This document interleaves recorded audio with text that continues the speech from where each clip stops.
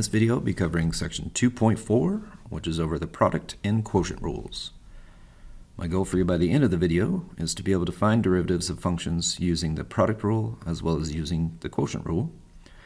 And then there are going to be a lot of examples, so just the concept of being able to simplify the results to come up with the most simplified version of the derivative is going to be a very big theme of this video. So first, let's start with the product rule. So as you can read here, the derivative of a product of two differentiable functions, so remember differentiable means that you can take a derivative, is equivalent to the first function times the derivative of the second plus the second function times the derivative of the first. And yes, I 100% understand that's very wordy. So what we can do here is look at the mathematical notation of it. The d over dx, remember, just represents the derivative. If I had two functions, f and g, being multiplied, it would look like that. And it's equivalent to f times g prime added with g times f prime. So essentially, if you wanted to try and find a more simple way of thinking of this, is the product rule will always have two terms. Each term will always have one function that remains the same, whereas the other function will be its derivative. And then you'd add it with, and then switch the order of which one you have a derivative and which one you leave unchanged. So, moral of the story here is, if you don't take the derivative of a function on your first term, then you must take a derivative of it for the second term. And you never have a derivative times a derivative, so you know it's always one stays, one's a derivative, added with, and then switch which one you'd have the derivative of. So let's try out a few examples. So this first one, notice we have a binomial times a binomial. So we could technically take the time to expand this out and see what that turns into, but sometimes the expansions can get a little bit ugly. So what we can do is actually go through and try and come up with what the derivative is using the product rule. So with this one, to establish which one is which, we can call this first parenthesis like our f function and our second parenthesis like our g function. And if I go through and follow the product rule, we know that the derivative of y, or y prime, is going to be equal to, keep the first one the same, so that would stay 5x minus 2x squared,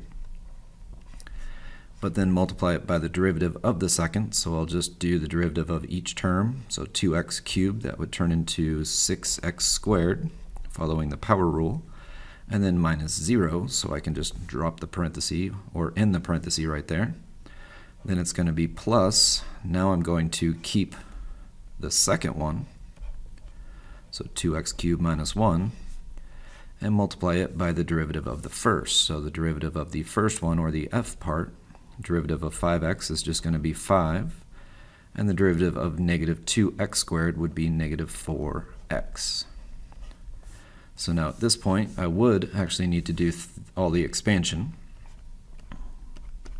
So if I distribute through the 6x squared to the two terms that are inside that parenthesis, 6x squared times 5x, that would turn into 30x cubed.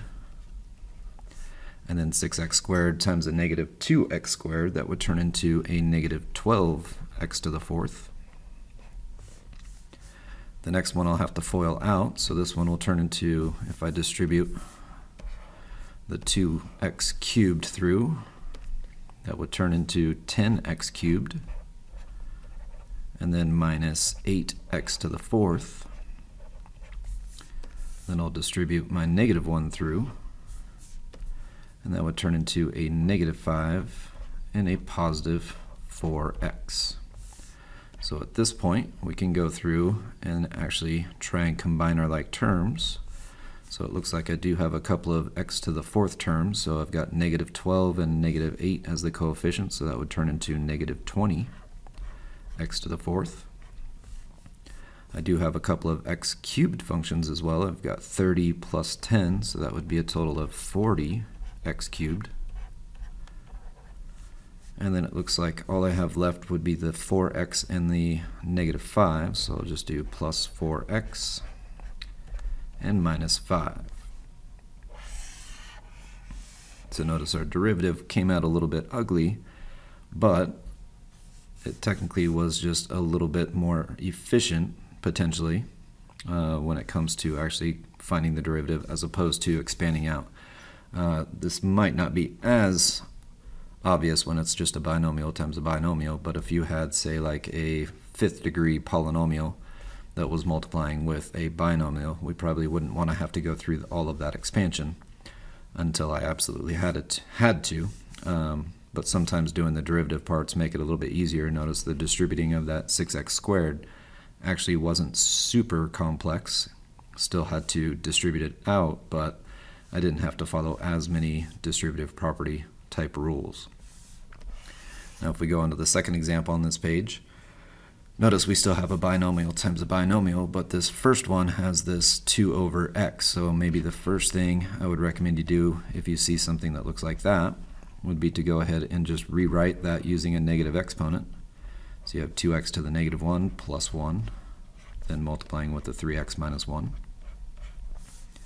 And now let's go ahead and try and follow through with what the product rule is. So I can go ahead and use the notation for a derivative. F prime of x is going to equal, I'll leave the first one alone, but then times the derivative of the second one. Well, the derivative of this one is just going to be 3, because the derivative of negative 1 would turn into 0. Then it's going to be plus, now I'll keep the second one, so 3x minus 1, but then multiply by the derivative of the first one. So the first one, if I do the power rule, negative 1 would multiply with the 2 to turn into negative 2, and then the power drops by 1, so that would turn into x to the negative 2. And then the derivative of 1 would just be 0, so that finished that term up. So just like the last example, I'll have to distribute through to get rid of all of our parentheses. So if I go ahead and do that, this first term is going to turn into a 6x to the negative 1, then plus 3. Then I have, for the next one, I'm going to have negative 2x to the negative 2. That's going to have to distribute through. So that's going to, when I multiply the front terms, I'd end up with a negative 6. Then x times x to the negative 2. I would add those exponents. So technically there's like a power of 1 right there. 1 plus negative 2, that would just be negative 1. So my new power on that x would be negative 1. And then multiply the next two. I've got negative 1 times negative 2, so positive 2. And that still has an x to the negative 2. So now if we look at what we have a 6x to the negative 1 and a negative 6x to the negative 1. What's kind of nice about that is those two should zero themselves out. So really all I have right now is f prime of x being equal to 3 plus 2x to the negative 2. But if you've been paying attention at all in previous examples, we aren't supposed to leave our answers with negative exponents. So at this point, we're just going to do manipulating to try and get it to where our final answer doesn't have any negative exponents. So I could drop that to the denominator. And at this point, to be able to combine this and make it a single term, I can always put a whole number like that over 1. And then it just turns into a, how do I get a common denominator, which in this case is going to be x squared. So I would just multiply top and bottom by x squared. That way now they have a common denominator. So our final derivative for f here is going to turn into 3x squared plus 2 in the numerator, then all over that common denominator, which was x squared. So when you get negative powers involved, notice we end up at some point in time, more than likely, we're going to have to worry about a common denominator to be able to combine things together and make it a little bit more simple to deal with. But at the very beginning, when we had an x on the bottom, we just had to introduce that concept of that negative power. Now with the product rule, hopefully those two examples at least gave you a decent idea of how this works. Remember, if I have a coefficient, in other words, I have something where I have a constant that's multiplying with something else, we actually had a rule that we've already discussed, which was called the constant multiple rule. So this slide, more than anything, I just want you to be able to see kind of the difference between when would I need to use product rule compared to when could I fall back to just using the constant multiple rule.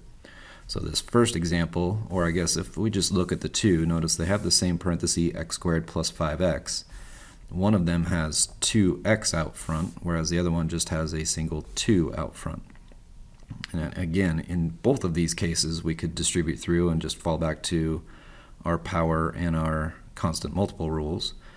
But just to kind of try and start with some relatively easier versions of the product rule, I'm just going to go ahead and leave this as a product.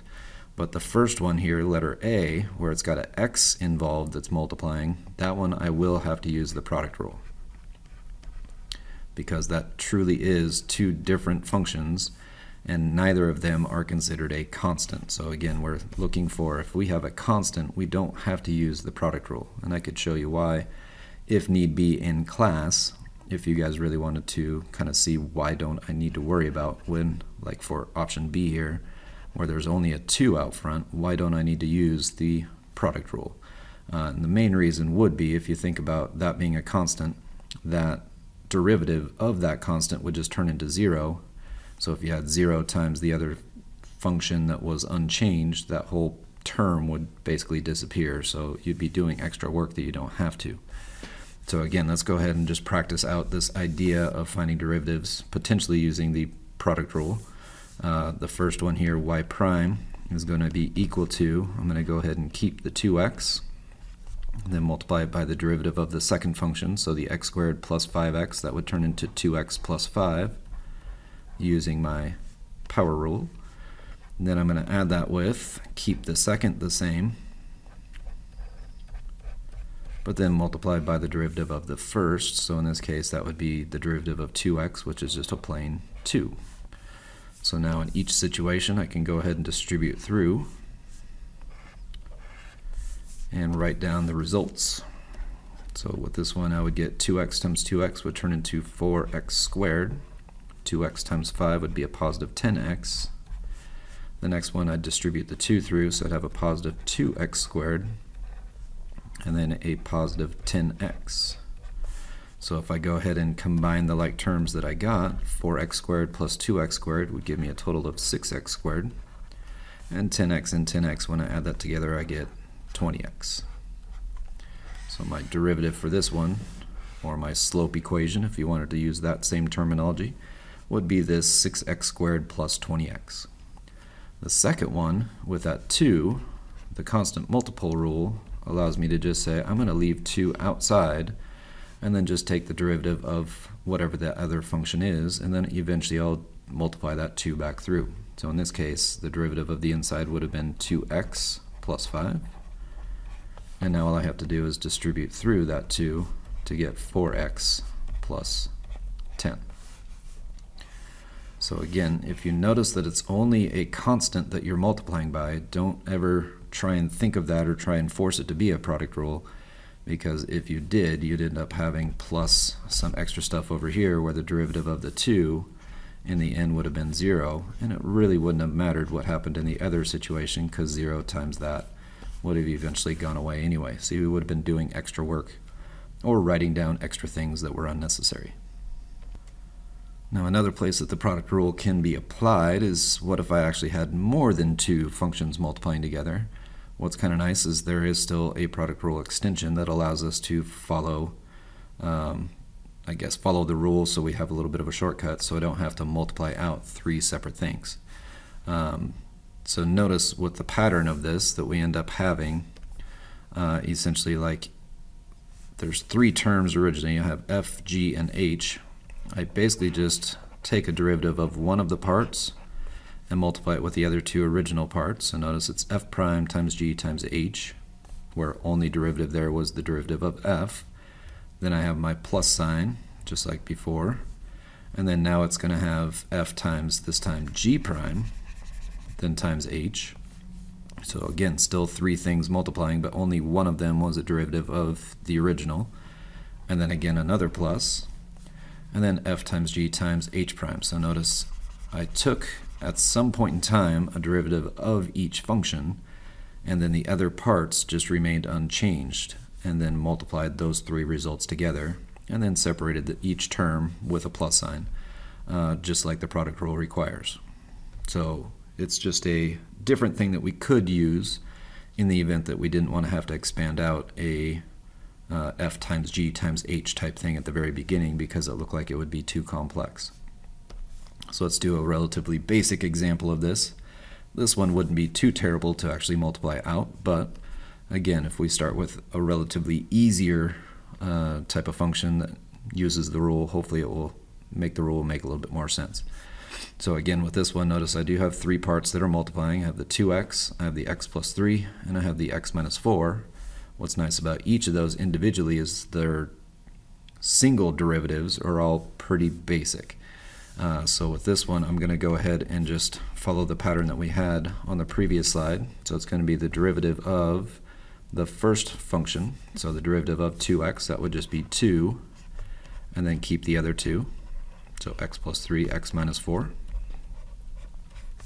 Then add that with, this time I'm going to keep the first, so 2x times the derivative of the middle one. So in this case, that would actually just be a 1. And then times x minus 4, keeping the last one untouched or unchanged. And then the last one's going to be keep the first, keep the second, but now multiply by the derivative of the third one. So the third one here, the derivative of x minus 4, that would just be 1 as well. So now it would turn into a, how do I simplify it? So notation still is f prime of x. It's a derivative, so make sure that we always notate which one is the derivative, which one's not. With this one, if I expand out those parentheses, that's going to give me x times x, x squared. I'd have a negative 4x and a positive 3x, so that would be negative x. And 3 times negative 4, negative 12. The middle one, it looks like all I have to do, since there's a times 1 in the middle, I don't really need to worry about that. I just need to distribute the 2x through. So that would turn into 2x times x, or 2x squared. And then a 2x times a negative 4, which would be a negative 8x. And similar thing's going to happen with the last one. Just need to distribute 2x through the x plus 3 parenthesis. And so that would give me another 2x squared and a 6x. So here, now all I have to do to get rid of the last parentheses, just distribute that 2 through. So I'll go ahead and list all of the terms out, and then we'll worry about combining them next. So distribute the 2 through. I get 2x squared minus 2x minus 24, and still have the plus 2x squared minus 8x plus 2x squared plus 6x. So now it will be a combine like terms idea. Looks like I have 2x squared plus another 2x squared plus yet another 2x squared for a total of 6x squareds. I have a negative 2x, a negative 8x, but then a positive 6x, so that would be negative 10 plus 6, so negative 4x. And then it looks like I only have the one constant, that one negative 24, so I'm going to just have minus 24 at the end.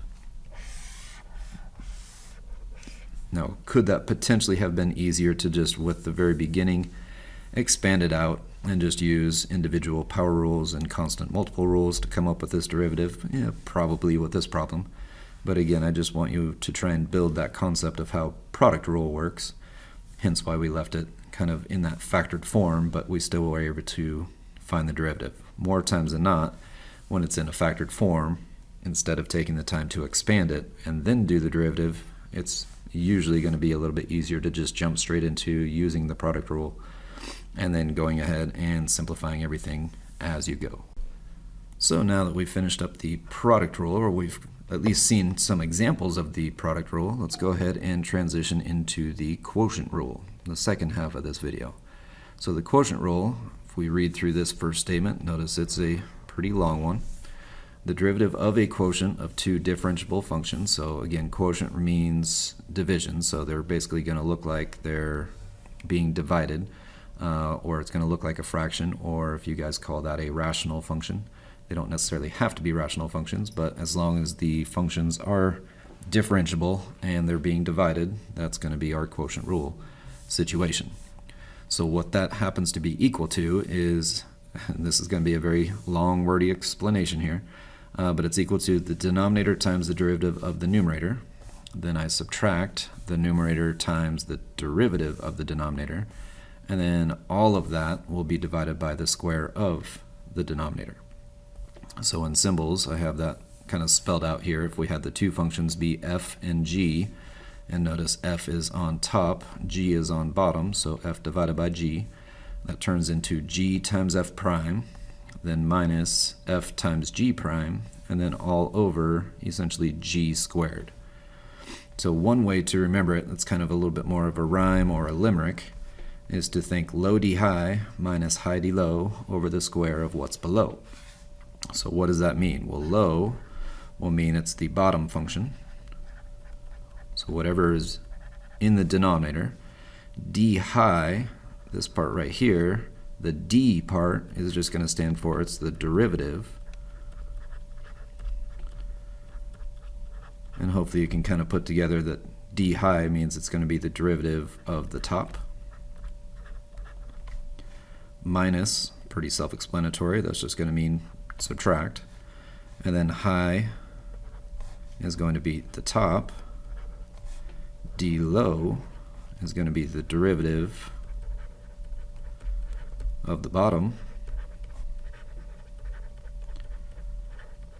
Then over means everything that I've done so far is on top, and then the square of what's below. So the square of what's below is going to be essentially just say whatever's on the bottom,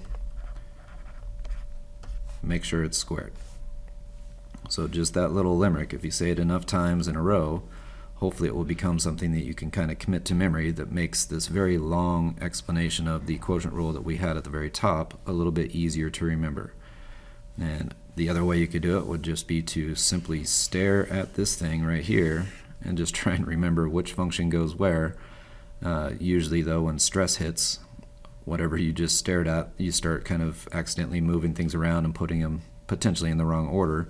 So hopefully this limerick, low d high minus high d low over the square of what's below, will help you remember what parts should go where. So let's go ahead and jump into a bunch of examples of this concept, the quotient rule. So as you can see here, the two functions that are presented, they're essentially something that you can see is a function being divided by another function, hence why quotient rule is what we're going to use. So what we'll end up doing is just identifying what each part needs to do as I go through the quotient rule. So it'd be the low function, x minus 3, d high, so that would be the derivative of the top function, which is just 2, minus the high, so 2x plus 1, d low, so times the derivative of the bottom, 1, all over the square of what's below. So what's below was x minus 3, and I just make sure it's in a parenthesis being squared. Now it just turns into, how can I potentially simplify this? So it looks like I do have some parentheses to eliminate on top, so distribute the 2 through. I'd end up with 2x minus 6. The next one, I just have to distribute what looks like negative 1 through. If I kind of combine the negative sign with the 1, I'll just think of it as that negative needs to go through. So it'd be a negative 2x and then a negative 1, and then all over the square below. So I've got 2x minus 2x on top. That was kind of convenient that 2x minus 2x will actually cancel out. That won't necessarily always happen, but it did with this one. And then I've got negative 6 minus 1 that I could really just turn into a negative 7. So the derivative of that quotient, that function that we started with, would turn into this expression, negative 7 over x minus 3 quantity squared. Let's go ahead and try another example of this. Similar approach. It is a quotient rule, so I'll go ahead and start out with kind of following that limerick. So I've got low d high, derivative of the top is 1, minus high d low, well that would just be 3, all over the square below. So I'll just take whatever's on the bottom, square it. So now I expand out the top, try and combine as many like terms, or just simplify it. Distributing a 1 through is not really going to change the 3x minus 2. This one I can kind of take this as a combo. I have a negative and I have a 3, so if I just said let's take the negative 3 through, that would become a negative 3x. and then a negative 3 times a 4, that would be a negative 12. Then all over 3x minus 2 quantity squared. And we have to fight that urge, even though there is a 3x minus 2 on top. It's not a part of a product, so I can't cancel it with anything on the bottom. You have to fight that urge. I can now, though, since the parentheses are gone, combine the like terms. Once again, we got a little bit lucky. 3x minus 3x canceled out. And then negative 2 minus 12, that would turn into a negative 14, all over that 3x minus 2 quantity squared. And again, those are derivatives which represent a slope. So if I had a follow-up question as to what is the slope when x equals 2, I would be able to plug 2 into that expression and it would give me a slope back. So let's go ahead and do an example that does just that, where we actually need to come up with now a little bit more of a, instead of just finding the derivative, I need to actually use the derivative to come up with something else. So in this case, it wants the equation of a tangent line, specifically when x equals 1. So if we think about what do I need specifically for an equation of a line, well, I would need to have a point and I would need to have a slope. Then I could use point-slope form. Well, they gave me the x-coordinate of the point. The question now comes up, how do I get the y-coordinate? Well, this expression right here tells us y is equal to, and then this quotient. So couldn't I just plug 1 in and just see what happens? So if I plug 1 in to that particular thing, I'd end up with 2 times 1 squared, so 2, minus 4 times 1, so 4, then plus 3, all over 2 minus 3 times 1, which would just be 3 as well. So I've got 2 minus 4, which is negative 2, plus 3, that would turn into positive 1, over, and then I've got 2 minus 3, that would be negative 1.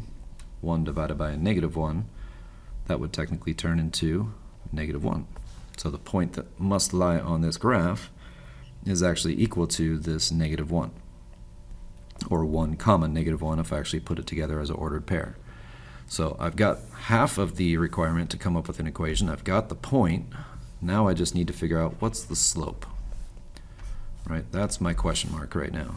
So how do I get a slope? Well, that would be what the derivative is used for. So I'll just go through and try and come up with what this derivative function is. So if I do the low d high again, the low is the 2 minus 3x. D high, well, 2x squared, its derivative is 4x. Negative 4x, its derivative is just negative 4. And 3, its derivative is 0. So that's the end of my derivative of the top, or the d high. Then minus the high, 2x squared, minus 4x, plus 3, times d low, well, derivative of 0, or 2 is 0. Derivative of negative 3x is just negative 3. And then all over the square below.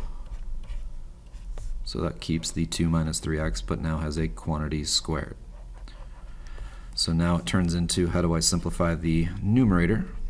So if I distribute out or FOIL out the top part here, we'll distribute the 2 through that parenthesis first, then followed up with the negative 3 getting distributed through.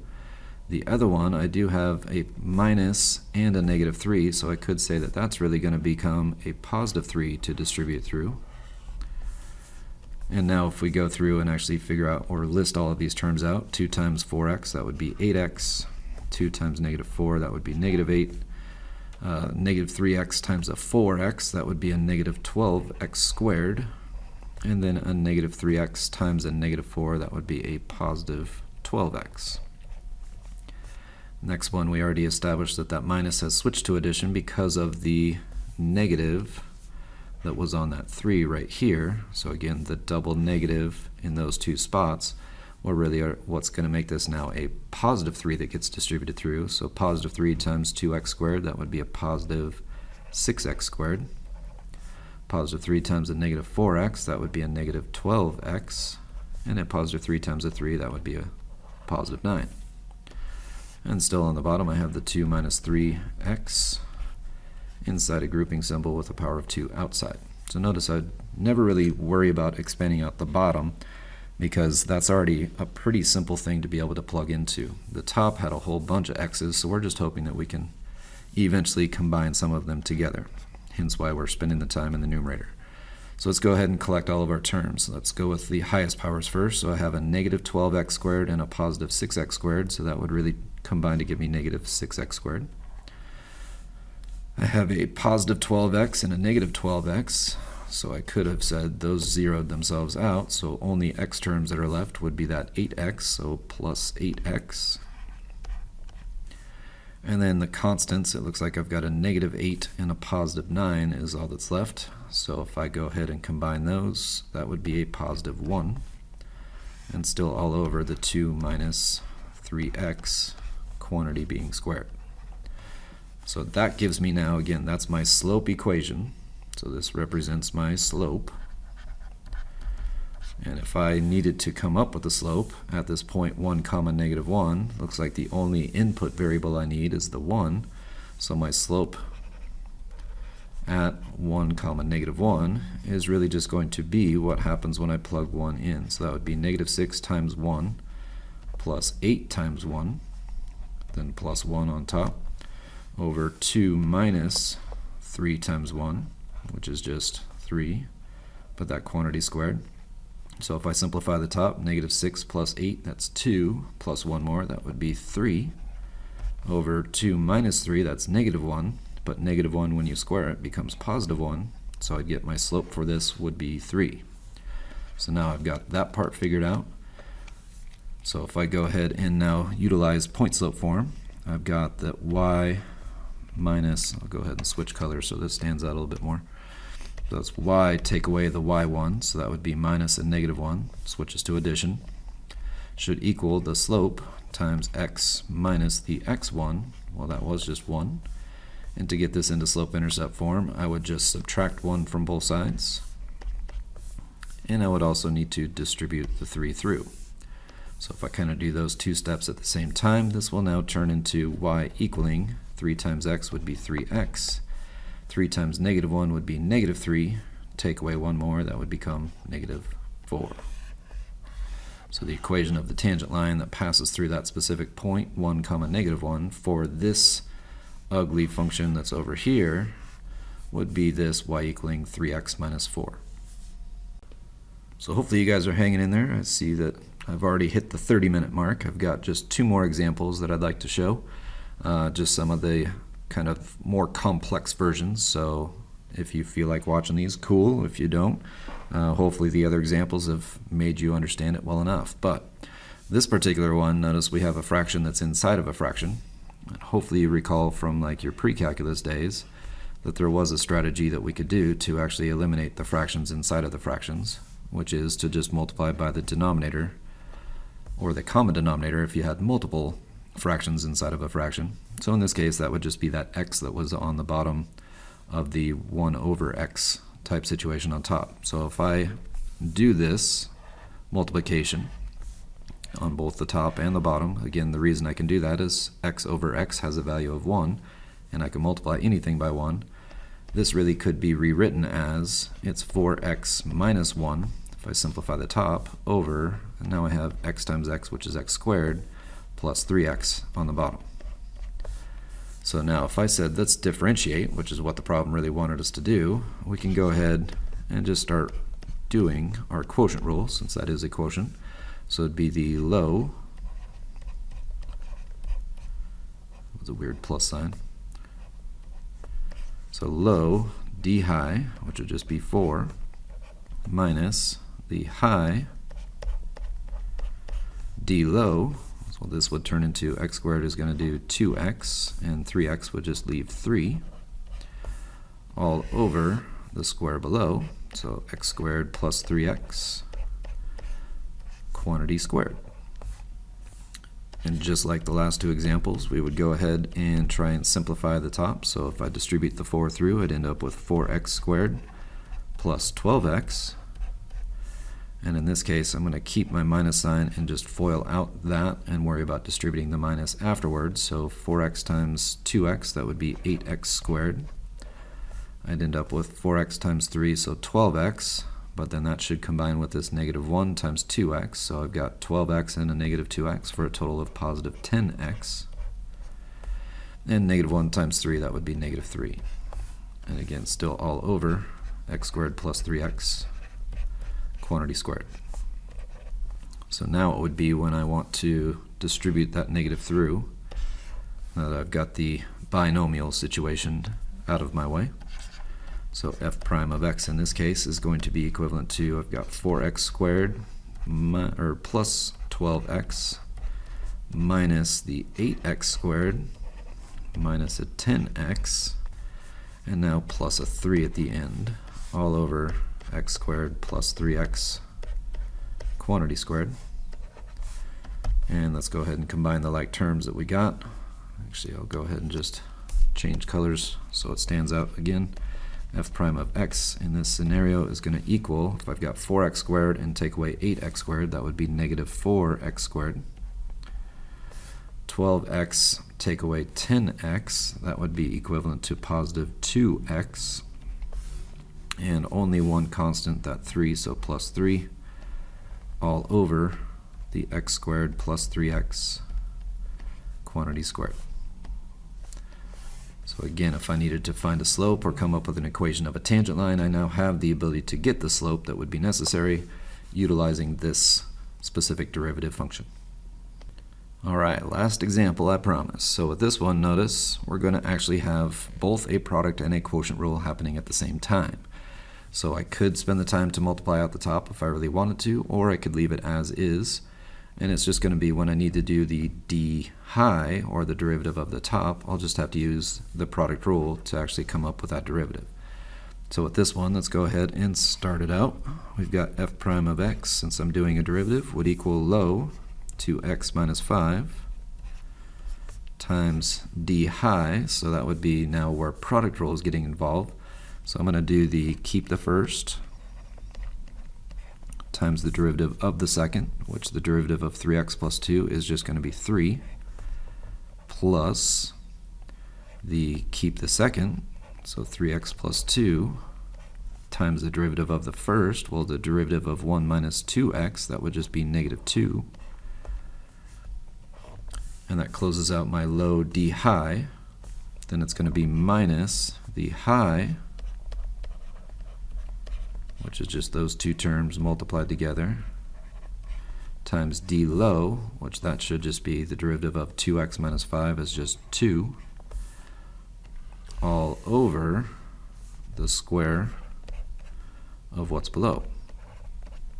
So it would be 2x minus 5, quantity squared.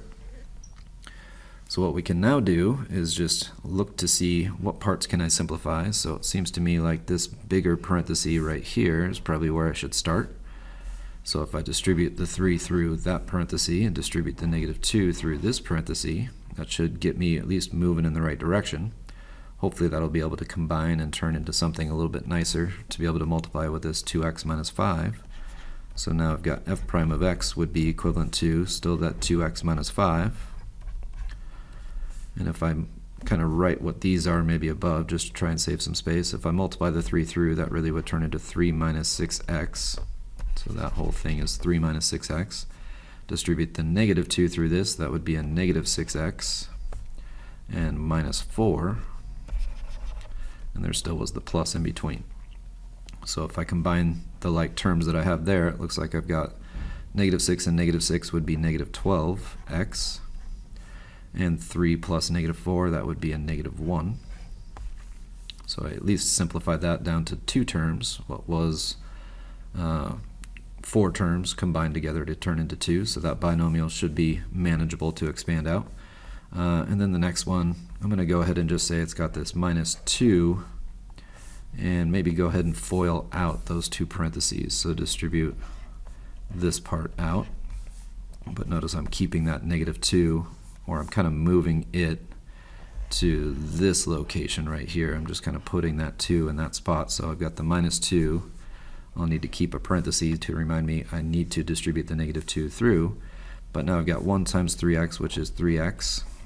I've got 1 times a 2. That would turn into a 2. I have a negative 2x and a positive 3x. That would turn into negative 6x squared. And then I do have a negative 2x and a 2, which would be a negative 4x. So we could technically combine that 3x and the negative 4x. I'll go ahead and do that here in just a second, get the bottom written first. But I can do 3x minus 4x would really be just like minus x, so I'm just going to get rid of the 3x and say that that's really minus x on the inside. That now I can distribute that negative 2 through to start getting this to where maybe I can start combining like some like terms on top. In this next step, I'm going to go ahead and distribute out this parenthesis as well. So 2x times a negative 12x would give me negative 24x squared. 2x times a negative 1 would be negative 2x. Negative 5 and negative 12, that would be a positive 60x.